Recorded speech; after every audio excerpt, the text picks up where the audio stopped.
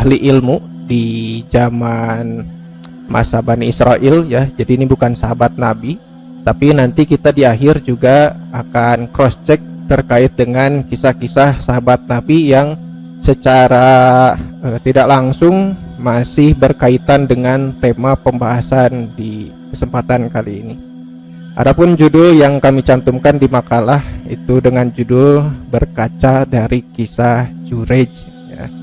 Kalau ibu-ibu, bapak-bapak mengecek langsung melalui Sahih Muslim, sebetulnya ini saya potong ya karena cukup panjang juga kalau di makalah. Kalau dicek itu sebelumnya ada beberapa kalimat ini berkaitan dengan kisah Jurej dan juga bayi yang masih dalam buayan tapi dapat berbicara. Nah, ibu-ibu, bapak-bapak, rata-rata kita semua hanya mengetahui bahwa bayi yang bisa bicara itu hanya Nabi Isa. Nah, ternyata dulu pun di zaman Bani Israel ada satu bayi yang bisa berbicara, tapi itu ngobrol panjang gitu. Tiba-tiba ngariung ngopi bareng hente.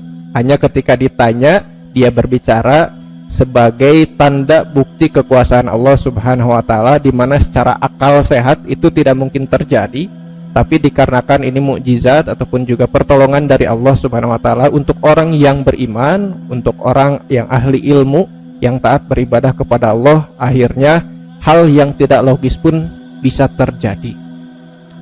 Nah, bila kita baca kisah yang terdapat dalam hadis tersebut, ini dimana suatu ketika Rasulullah SAW menceritakan kepada para sahabat tentang kisah ahli ibadah pada masa Bani Israel yang bernama Jurej.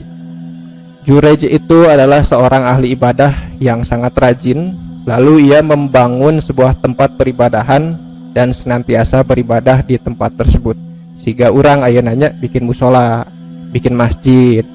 Cuman PR-nya adalah tidak sedikit di antara kita ada yang semangat untuk membangun tempat ibadah, baik itu musola ataupun juga masjid, tapi orangnya jarang ke masjid. Nah, itu PR-nya teh.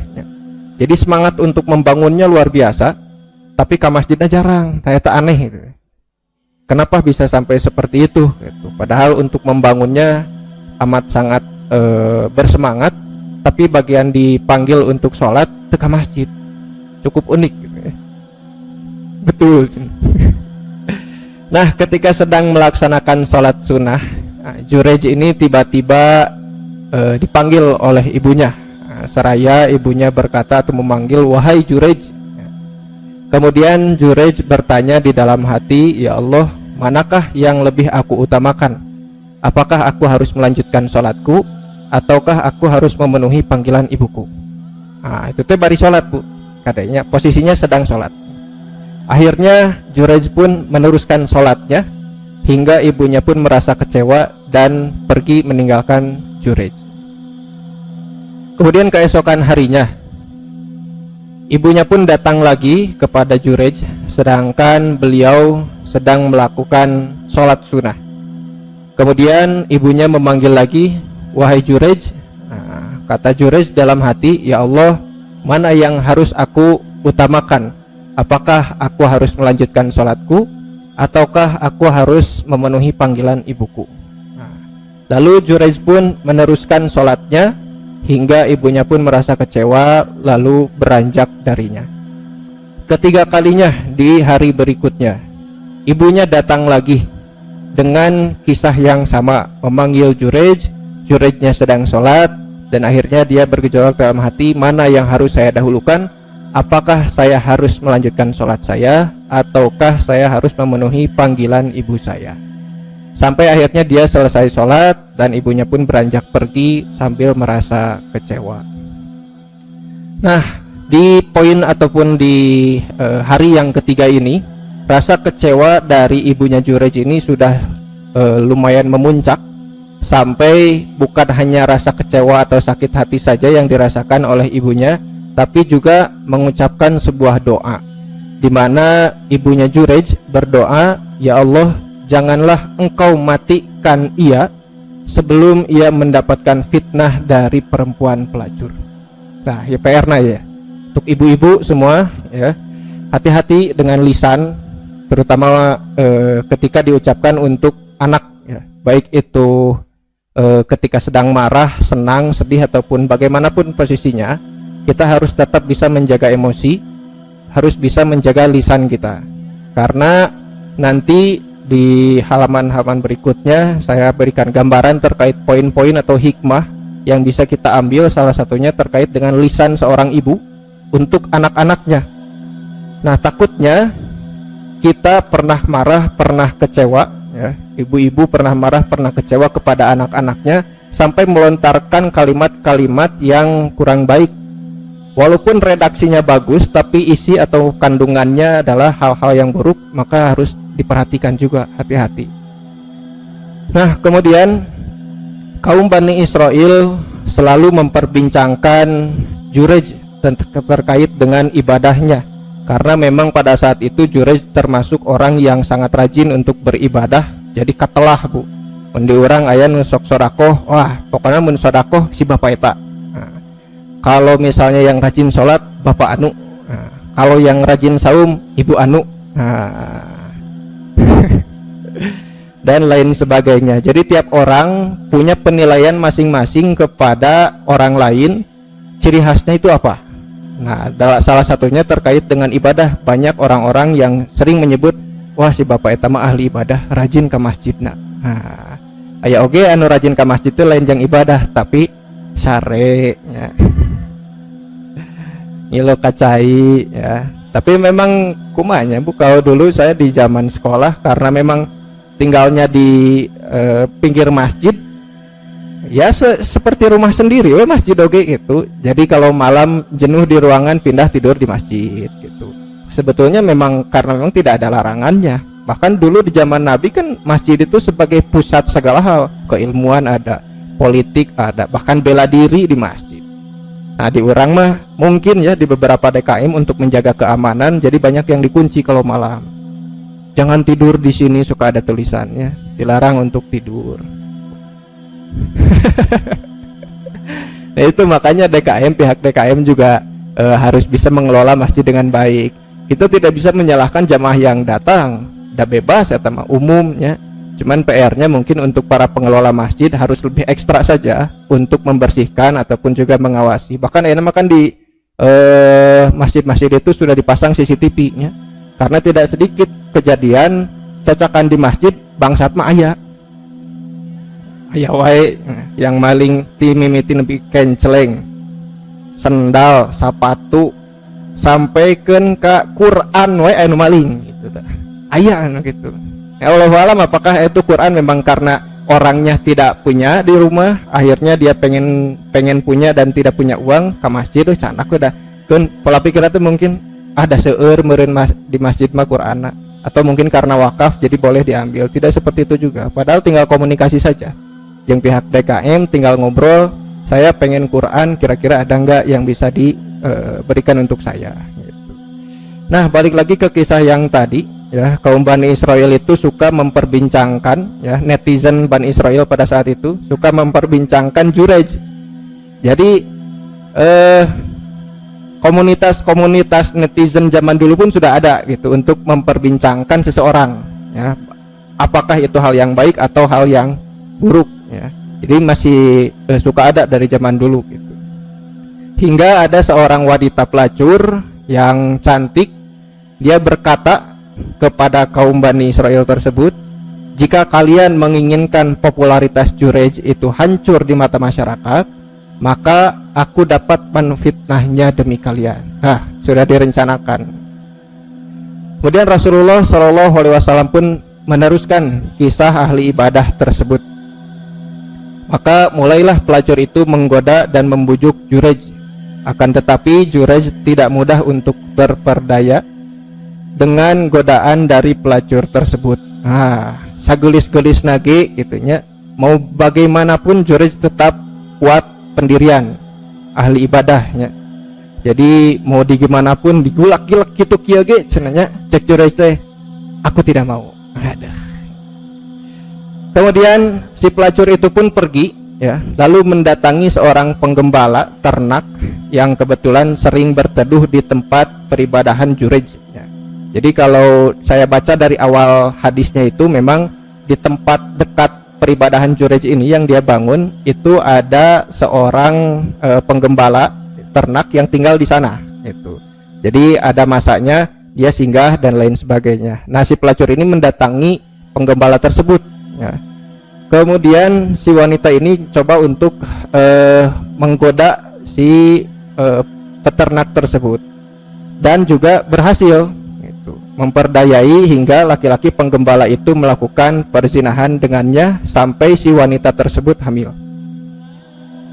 Nah, setelah melahirkan ya, seiring berjalannya waktu, setelah si wanita itu melahirkan, anaknya pun lahir, wanita itu berkata kepada masyarakat, jadi bewarakeun ya, langsung update status itu aya namanya. Nah, si perempuan ini update status bahwa saya sudah melahirkan seorang bayi dan bayi ini adalah hasil perbuatan zina saya dengan Jurej gitu. Wah, togmol eta mah langsung. Ya. Booming dah, Bu. Maknya cenah aya ahli ibadah zina cenah gitu. Sampai akhirnya berita itu pun tersebar luas. Bani Israel pun kaget ya, langsung ramai-ramai datang ke tempatnya Jurej, ke tempat ibadahan itu. Kemudian pelacur itu pun pergi mendatangi mendengar pengakuan dari wanita tersebut ya, wanita tersebut updatean status nanti, masyarakat pun ngadadak marah ya, dan benci kepada Jurej yang asalnya memuji ya, disebutkan ahli ibadah, soleh ya, tren namanya itu sudah bagus di mata masyarakat, mendadak semuanya terbalik, yang asalnya memuji sekarang jadi mencaci. Kemudian mendatangi rumah ibadah Jurej, bahkan langsung menghancurkannya. Jadi rumah ibadah atau musola yang digunakan oleh Jurej pada saat itu langsung diambrukkan tanpa ada perbincangan terlebih dahulu. Tah di orang aya nu kitu. Ini istilah nama main hakim sendirinya. Komun aya bangsat di tengah jalan nu rame, wah bubuk kata. Banyak ya kasus-kasus seperti itu. Nah, kita harus taat juga aturan ya. Beda kuma di lapangan mah kadang emosi sudah suka tidak tertahankan. Bahkan orang yang ngelewat pun teu apalna naon, hanya tahu dari orang lain, eta bangsat ngiluan neunggel. Padahal teu apalna naon. Siga nama netizen di urang teh resep gitu. Mun aya huru-hara teh. Nah, kemudian tempat tinggalnya pun atau tempat ibadahnya itu dihancurkan oleh masyarakat pada saat itu. Nah, selain itu mereka pun bersama-sama menghakimi Jurej tanpa bertanya terlebih dahulu, tanpa ada klarifikasi, tanpa ada tabayun. Lalu Jurej pun bertanya kepada masyarakat yang datang pada saat itu, kenapa kalian melakukan hal ini kepadaku? Kenapa sampai mencaci maki, menghujat, bahkan tempat ibadah yang saya bangun kalian hancurkan? Kemudian mereka pun menjawab, kami melakukan hal ini kepadamu karena kamu telah berbuat zina dengan pelacur ini hingga ia melahirkan bayi dari hasil perbuatan zina kamu. Nah, Jurej tidak hanya diam, pasti dia pun akan melakukan pembelaan karena dia tidak merasa hal tersebut dilakukan. Maka Jurej pun langsung bertanya, mana eta bayi nak? Mana bayi itu? Kemudian mereka menghadirkan bayi hasil perbuatan zina tersebut. Lalu Jurej menyentuh perutnya dengan jari tangannya seraya bertanya, wahai bayi kecil, siapakah sebenarnya ayahmu? Praktekkan ayeuna, Bu. Toel bujal nya murangkali nu orok keneh, siapa bapakmu? Paling oe deui nya. Kalau anaknya sudah berakal bakal mikir, ya kunaon jelema. Nah, kemudian mereka menghadirkan bayi tersebut. Kemudian Jurej pun bertanya kepada si bayi, wahai bayi, siapakah sebenarnya ayahmu? Dijawab oleh si bayi langsung dengan kalimat, ayah saya adalah si Fulan, seorang penggembala. Nah, dari kisah ini tadi di awal saya sudah sampaikan bahwa di awal hadis sebetulnya ini menceritakan terkait dengan seorang ahli ibadah dan juga kisah bayi yang bisa berbicara walaupun masih dalam buayan. Yang pertama harus digarisbawahi adalah ternyata ada bayi selain Nabi Isa yang bisa berbicara. Salah satunya adalah ini. Jadi kalau yang saya ketahui, koreksi kalau misalnya salah, hanya ada 2 bayi yang bisa berbicara di dunia ini. Yang pertama Nabi Isa, yang kedua bayi yang di zaman Jurej ini. Kalau kita lihat kesamaan dari kisah 2 bayi yang bisa berbicara ini adalah kisah di mana fitnah kepada orang yang beriman. Jurej ahli ibadah, rajin ibadah, orang soleh terpandang terkemuka, sudah dicap orang baik. Kemudian ibunya Nabi Isa, Siti Maryam, perempuan solehah, perempuan suci yang tidak pernah disentuh oleh laki-laki manapun, tiba-tiba hamil. Dua-duanya sama terkena fitnah, ya. Jadi di frame di media sosial nanti cenanya pada saat itu dina Facebook, dina Instagram, kalau ada pada saat itu menaikkan jeung TikTok nak diinformasikan, diberitakan bahwa Siti Maryam adalah seorang pelacur, ya. Jurej ahli ibadah tapi melakukan perzinahan. Kemudian akhirnya mereka berdua, Siti Maryam ataupun juga Jurej, mendapatkan kerugian yang sangat besar. Image ya bukan yang dibangun katanya, karena memang image itu hanya penilaian dari orang. Yang selama ini mereka lakukan untuk taat beribadah kepada Allah, tiba-tiba mentalnya kena atuh. Sok ayeuna urangnya ibu-ibu yang rajin ke Yayasan Dialog Islam Garuda ya untuk ikut kajian, sudah bertahun-tahun bahkan di frame oleh masyarakat sekitar sebagai ima ibu-ibu pengawasan eta cenah. Ima ahli pengawasan ibu-ibu teh. Kemudian ada satu masa tiba-tiba entah dari mana, tidak ada angin, tidak ada hujan, dapat berita ibu yang suka ngaji di Dialog Islam teh ternyata tukang korupsi misalnya teh. Langsung menunjuk nama gitu. Kan kaget atuh. Kaget langsung. Orangnya apalagi, bahkan mungkin siapa tahu mental lagi kena.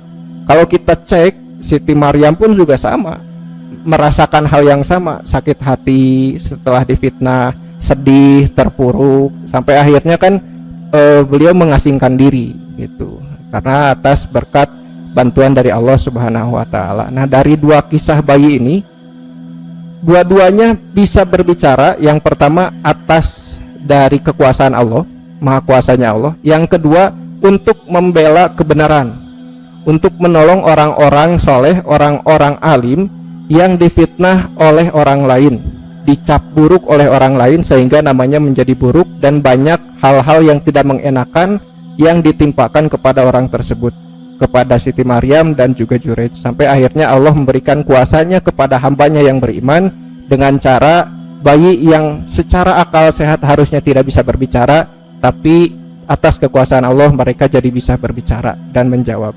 Dulu juga kan Nabi Isa ketika dibawa pulang oleh Siti Maryam setelah melahirkan kan ditanya oleh masyarakat, kan disebutkan itu di Quran dan juga di hadis, siapa bapaknya, kan langsung Nabi Isa dong ngajawab, teu aya gitu. Ini ibu saya itu terlahir atau wanita-wanita yang suci, bukan wanita pelacur gitu kan. Itu pertolongan dari Allah Subhanahu wa Ta'ala.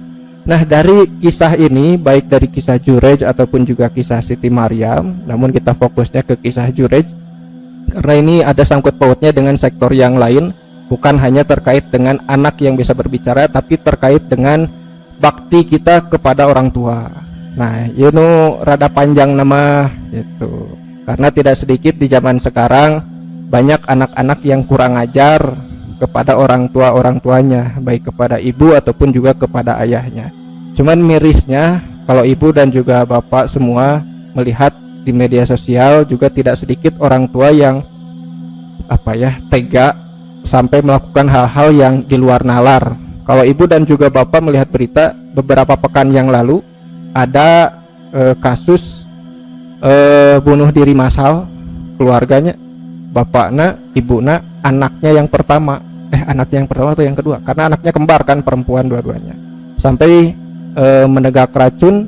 Terus yang bikin mirisnya itu menulis pesan itu, ibu, bapak sama kakak pergi dulu ya, sama adik pergi dulu ya, kakak jaga diri baik-baik. Aduh, eta kabayang teh Bu, eta murang kali mentalnya sih kumaha, yang asalnya keluarganya happy, senang-senang ya, keluarganya akur, rukun, tiba-tiba menghilang semua, hanya menyisakan satu. Kabayang gitu.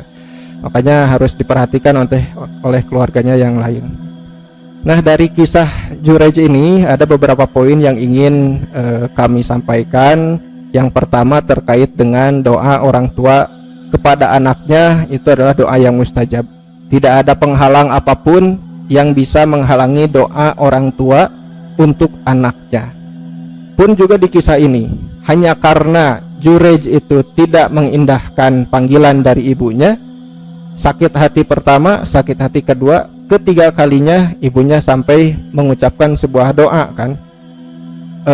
Kalau tadi kita ulas, sebelum ia mati, buatkanlah fitnahlah dia, si Jurej ini, dengan perempuan pelacur. Sampai akhirnya Allah mengijabah secara spesifik, perempuannya bukan perempuan yang mana saja, tapi asli itu mah pelacur, sesuai dengan redaksi yang diinginkan oleh ibunya.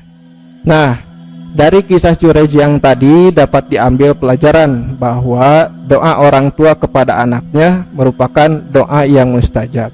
Sampai-sampai ketika orang tua berdoa keburukan kepada anaknya pun bisa jadi Allah kabulkan doa itu seperti dalam kisah Jurej, sebagaimana yang telah disabdakan oleh Rasulullah Shallallahu Alaihi Wasallam, salah sudah awatin mustajabatun la syakka fihinna. Yang pertama, da'watul mazlum, wa da'watul musafir, wa da'watul walid ala waladihi.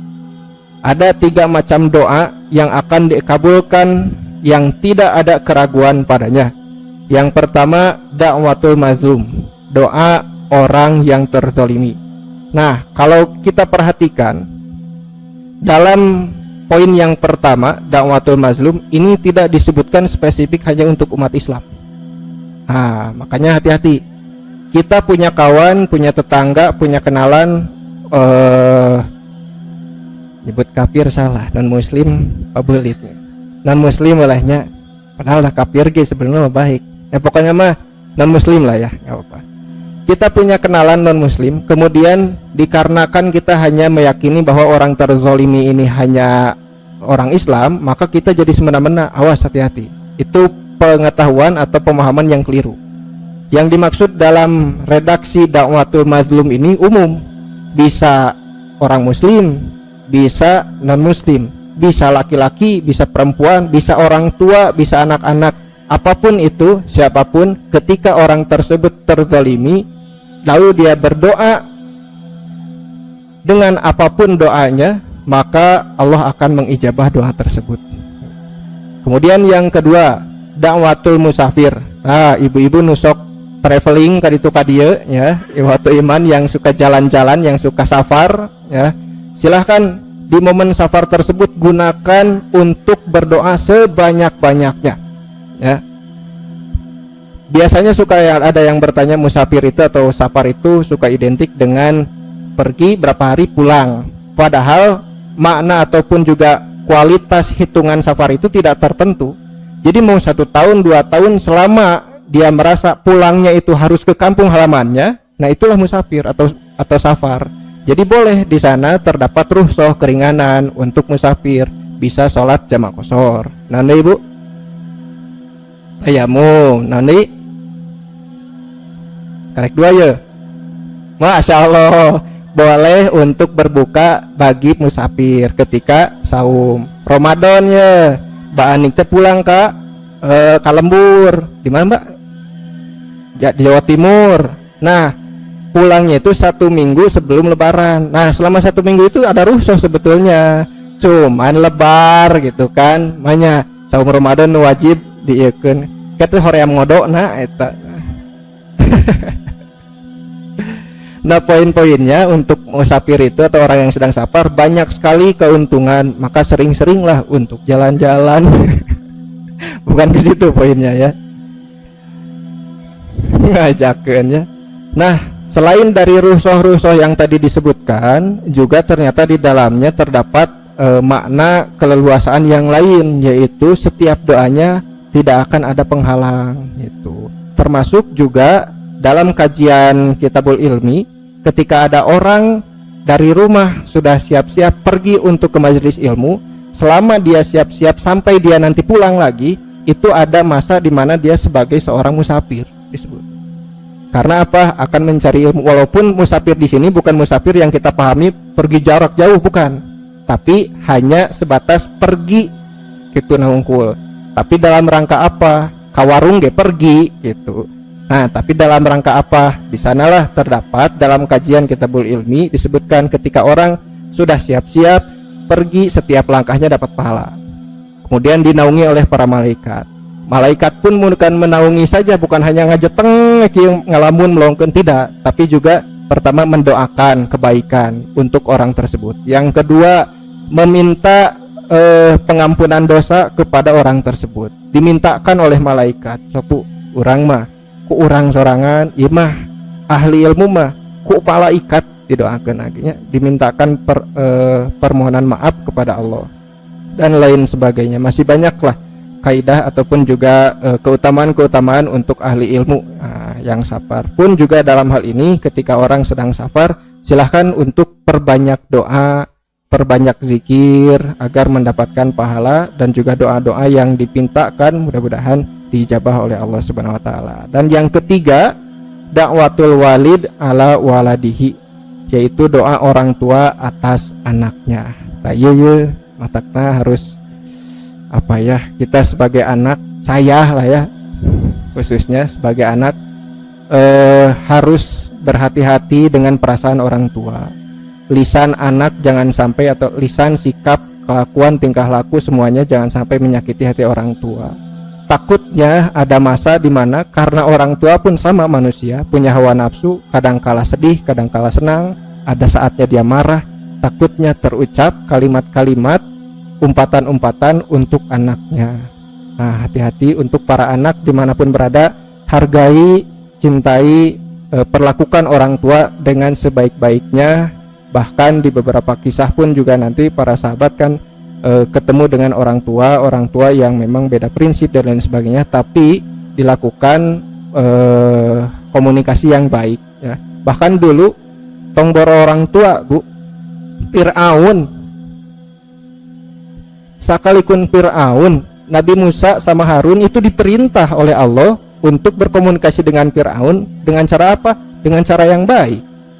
Fir'aun, Bu, sudah ngaku Tuhan, membunuh banyak budak, berlaku semena-mena, tapi Allah menyuruh kepada para nabinya untuk berkata yang baik, apalagi kepada orang tua. Nah, ini poinnya. Pun juga sebaliknya, orang tua pun juga hati-hati, jangan sampai kasinggung saeutik, masya kala luar tak bahasa artinya, umpatan-umpatan itu yang dikhawatirkan. Jadi dari kedua belah pihak ada tugas masing-masing, ada hak dan kewajiban masing-masing yang harus dilakukan. Orang tua harus bisa mendidik anaknya, mendoakan anaknya untuk hal-hal yang baik.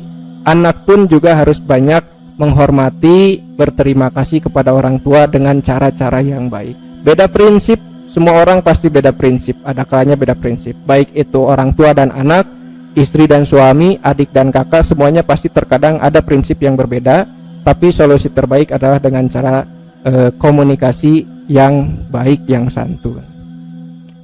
Kemudian untuk itulah marilah kita, ya, ini maaf saya cantumkan tulisannya, marilah kita senantiasa berbakti kepada orang tua dan memohon doa kepada orang tua kita. Demikian itu karena ridho Allah ada pada ridho kedua orang tua. Ridho Robbi fi ridhol walid, wasakhotur Robbi fi sakhotil walid, ya. Ridho Allah atau ridho Rob itu ada pada ridho orang tua, dan murkanya Allah ada pada murkanya orang tua. Sampai dijadikan lagunya, Bu.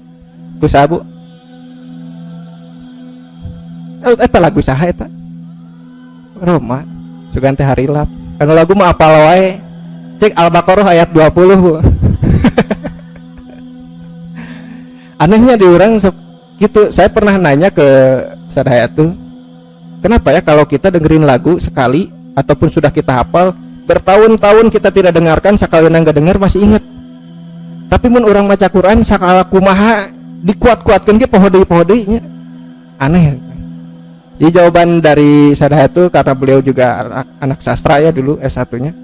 Karena di lagu itu katanya ada banyak aransemen, banyak apa ya istilahnya, banyak poin-poin yang disatukan, mulai dari lirik, kemudian musiknya pun kan beda-beda, ada gitar dan lain sebagainya. Nah, itulah yang membuat satu kesatuan sampai akhirnya musik itu atau lagu itu mudah untuk diingat. Padahal Quran ki sama nya. Walaupun tidak ada gendangnya, tapi kan ada nadanya. Mantak ada 7 irama. Dan wae bayati deui nu apal teh lah. Tahun-tahun diajar bayati hasilna buyatak. Si kukutnya. Tidak apa-apa, yang penting belajarnya, jangan berhenti untuk belajar. Mau hasilnya tetap doorbag oke baik, dengenaheun cek urang mah. Nah, kemudian dari kisah yang tadi kita dapat mengetahui poin yang kedua. Poin yang kedua itu adalah terkait dengan kita harus dapat mengetahui penting mengetahui dalam prioritas amal. Nah, dalam kasus ini Jurej itu sedang sholat sunat, bukan sholat wajib. Pun juga bahkan walaupun kita sedang sholat wajib, kalau dipanggil mah datang we, beres dengan urusan ibu, balik lagi sholat lagi. Itu kan sebetulnya ibadah itu sangat ringan. Innad dina yusrun teh ya, bahwa ibadah itu, agama Islam itu sangat mudah. Nu ngeujeun berat teh urangna nu ngaya-aya, duh geus puasa deui wae aya nu gitu. Duh geus zakat deui wae. Ada yang seperti itu. Padahal itu adalah sebuah opsi di mana kita diberikan kesempatan oleh Allah. Sok salila ieu teh mangga teh ngedul ibadah teh atuh kun wajib lah cenah gitu. Sok itu lahan-lahan pahalanya, silahkan dilakukan gitu. Jangan ngeluh. Duh aing mah tahajud deui. Padahal itu Allah sedang memberikan fasilitas VIP untuk kita semua, di mana pahala yang sangat besar itu ada di sana. Sok tah ieu selahna. Nesok salat, resep salat tah ieu salatna. Neresep saum tah saumna, neresep amal sedekah atau jariah dan sebagainya dari segi maliyah. Nah, ini ada sektornya, banyak kemudahan-kemudahannya. Bahkan kalau kita pun agak kesulitan untuk melakukan sebuah kewajiban, kan ada kebaikannya, ada keringanannya. Di hadis kan disebutkan kalau sholat tidak bisa berdiri kumaha, duduk, diringankeun ku Allah. Urang na we nu loba ngeluh eta mah, loba luh lah hirup manusia mah. Jarang-jarang, makanya kita harus dianjurkan oleh Allah itu harus banyak-banyak bersyukur ya. La in syakartum la azidannakum. Mun urang sering bersyukur, maka Allah akan menambahkan rizki kepada kita semua. Nah, dalam kasus ini yang tadi disampaikan, Jurej itu sedang saum, sholat sunnah, dipanggil oleh ibunya, tapi dia malah lebih mementingkan sholatnya, padahal panggilan orang tua lebih diutamakan gitu. Kemudian di dalam hadis disebutkan bahwasanya al imanu bid'un wasab'una au bid'un wasituna syu'batan. Iman itu ada 70 cabang, 70 lebih cabang, atau ada juga yang menyebutkan 60 cabang lebih ya. Yang paling utama fa'afdaluha, yang paling utama adalah la ilaha illallah, adalah ucapan persaksian bahwa tidak ada Tuhan selain Allah. Wa adnaha imatatul adza anit thariq, dan yang paling ringan itu adalah menyingkirkan gangguan dari jalan. Sok mendakan bu paku di jalan, cucuk nu ka itu sok dikasisikeun. Oh ya, suganta dikatengahkeun gitu. Sok aya oknum bu, teh puntennya saya tidak menjudge siapapun, cuman saya sering lihat berita ada beberapa oknum yang sengaja kalau ada ban bocor teh jadi rezeki kan gitu. Nah, mau disebutkan tambal ban mah gitu. Ya, sengaja karena saking sepina jieun weh gitu paku lah di jalan, akhirnya banyak orang yang bannya bocor, jadi datang ke dia untuk tambal ban dan lain sebagainya. Ya, itu sebuah kecurangan-kecurangan yang tidak ada berkahnya. Hati-hati, siapapun, kapanpun, dimanapun, ketika melakukan sebuah usaha, apapun itu jenisnya, kalau ada kecurangan, sekalipun dia merasa bahwa itu batiknya gede, ya, bisnisnya naik, pesat, awas hati-hati. Siapa tahu Allah sudah menyiapkan hal buruk di balik itu semua. Makanya ada istilah istidraj, ya, keun we diuluran we sigalang layangannya kayak di bedolan gitu ta. Awas hati-hati ya. Kemudian yang ketiga ya, pas isanya.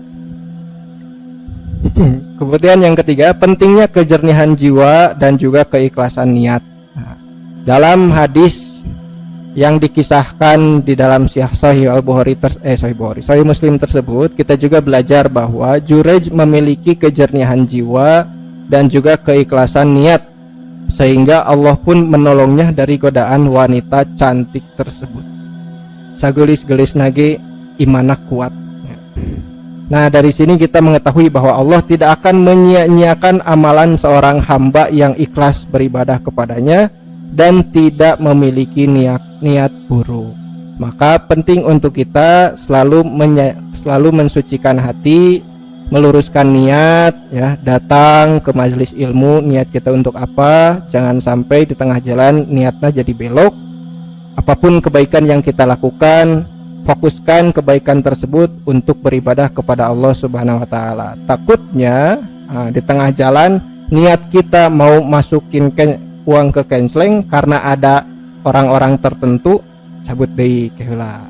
Ganti kudu 100.000. Asalna mah 2.000 teh. Jadi 100.000. Awas, itu hati-hati ya, karena ingin dilihat orang. Istilahnya naon, Bu? Ria. Palinter ya, kuduna ibu-ibu kemana di dieu lah. Rajin itu dah. Siap benernya dumper Mbak, oh, kira pasian mimbar gitu mental soalnya ya.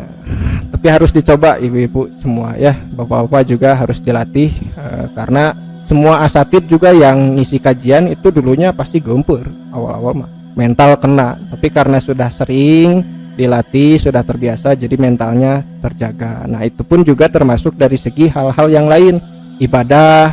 Kalau disakaliguskeun mah junta ibu, oh ibu dan juga bapak pengen sholat tahajud yang biasanya jarang, bangun jam 12, mah ada beres subuh langsung nepi ka maghrib ti berana teh, karena belum terbiasa. Makanya malam itu dibagi, ada awal malam, tengah malam, akhir malam. Dan bahkan di Quran saking baiknya Allah menyebutkan di sepertiga malam terakhir meh naon sok meh seger engke, sok kulem di jam 8, jam 10 tidur, nanti bangun jam 3 gitu. Jadi segar gitu. Nah, urang mah hayang bangun jam 3 tidurna jam 2. Jadi jam 3 nanti 3 sore lain 3 subuh. Nah, untuk menguatkan hati kita, meluruskan niat ikhlas kita beribadah kepada Allah, maka kita harus sering-sering evaluasi, sering-sering muhasabah, dan juga jangan lupa untuk sering-sering berdoa kepada Allah dengan banyak sekali redaksi dalam hadis ya yang berkaitan dengan menguatkan hati. Salah satunya yang sering ibu dan juga bapak baca, ya muqallibal qulub tsabbit qalbi ala dinika. Wahai zat yang membolak-balikan hati, teguhkanlah hatiku di atas agamamu. Ataupun juga dengan redaksi yang sedikit berbeda walaupun maknanya juga sama ya. Allahumma musarrifil qulub sarrif qulubana ala ta'atika. Ya Allah, zat yang memalingkan hati, palingkanlah hati kami kepada ketaatan beribadah kepadamu.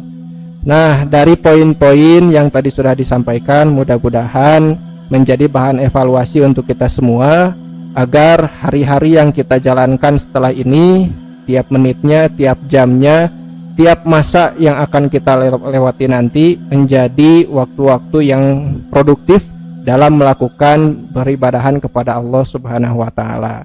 Dan yang paling penting juga mudah-mudahan kita dapat meluruskan hati kita, niat kita agar selalu taat kepada Allah, tidak mencong ke kiri, tidak mencong ke kanan, tapi tetap tegak lurus kepada Allah Subhanahu wa taala. Tah sakitu panginten nu tiasa dipikahatur. Aduh, jadi Sunda ya. Itu dulu untuk pertemuan hari ini. Mudah-mudahan dari kisah ini kita mendapatkan banyak keberkahan, banyak magfirah ataupun juga ibroh ya, jadi magfirah. Banyak ibroh yang bisa kita dapat dan bisa kita amalkan dalam kehidupan sehari-hari, ataupun juga kita bisa ajarkan kepada orang lain ya. Tanya kan terus aya makalahna tangke kubaani di bumi ceramahnya ibu-ibu bapak-bapak bisa ya, jadi tambahan ilmu untuk kita semua.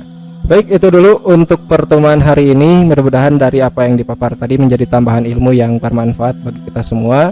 Terima kasih atas segala perhatian dan juga kebersamaannya, baik yang hadir di Musola Yayasan Dialog Islam Garuda ataupun juga yang menyimak melalui channel Dialog Islam. Ibu-ibu, sate acan ditutup. tos subscribe atasnya saya tuh. Ya ini teh kemarin agak sedikit galau saya karena akun YouTube diretas ya. Padahal videonya sudah cukup banyak itu dari tahun sabar ya tak Kang Ferry 2018 nya 2018 sampai 2023 ya. Badai 5 tahun, aduh tiba-tiba dihack ya. Instagram juga ya, ada yang menanyakan ke saya, Instagram itu gimana, sama dihack juga ya, karena pusatnya kan dari email. Jadi emailnya kita baru ya Kang Fahmi, bikin email baru, semua akun juga baru, Instagram, YouTube juga baru ya. Mudah-mudahan ada hikmahnya lah ya. Berarti PR-nya mungkin kita harus lebih dalam lagi mempelajari seputar keamanan akun ya, agar bisa balik lagi. Ya, jangan lupa juga di subscribe, di like, di komen, promosi salit gitu, untuk channel Dialog Islam ya. Yang di YouTube juga jangan lupa diklik subscribe-nya, tanda loncengnya juga. Jadi kalau ada kajian-kajian di Yayasan Dialog Islam Garuda melalui YouTube, langsung notifnya masuk ke handphone masing-masing. Itu dulu, terima kasih atas segala perhatian dan juga kebersamaannya. Mohon maaf apabila ada kesalahan dan kekurangan. Insya Allah kita akan bertemu kembali di tahun depan. Ya, Kamis terakhirnya itu ya 2024 engkenya orang tepang di hari Kamis di Januari. Terima kasih, itu dulu. Aku lu qouli hadza wa astagfirullah li wa lakum. Wassalamualaikum warahmatullahi wabarakatuh.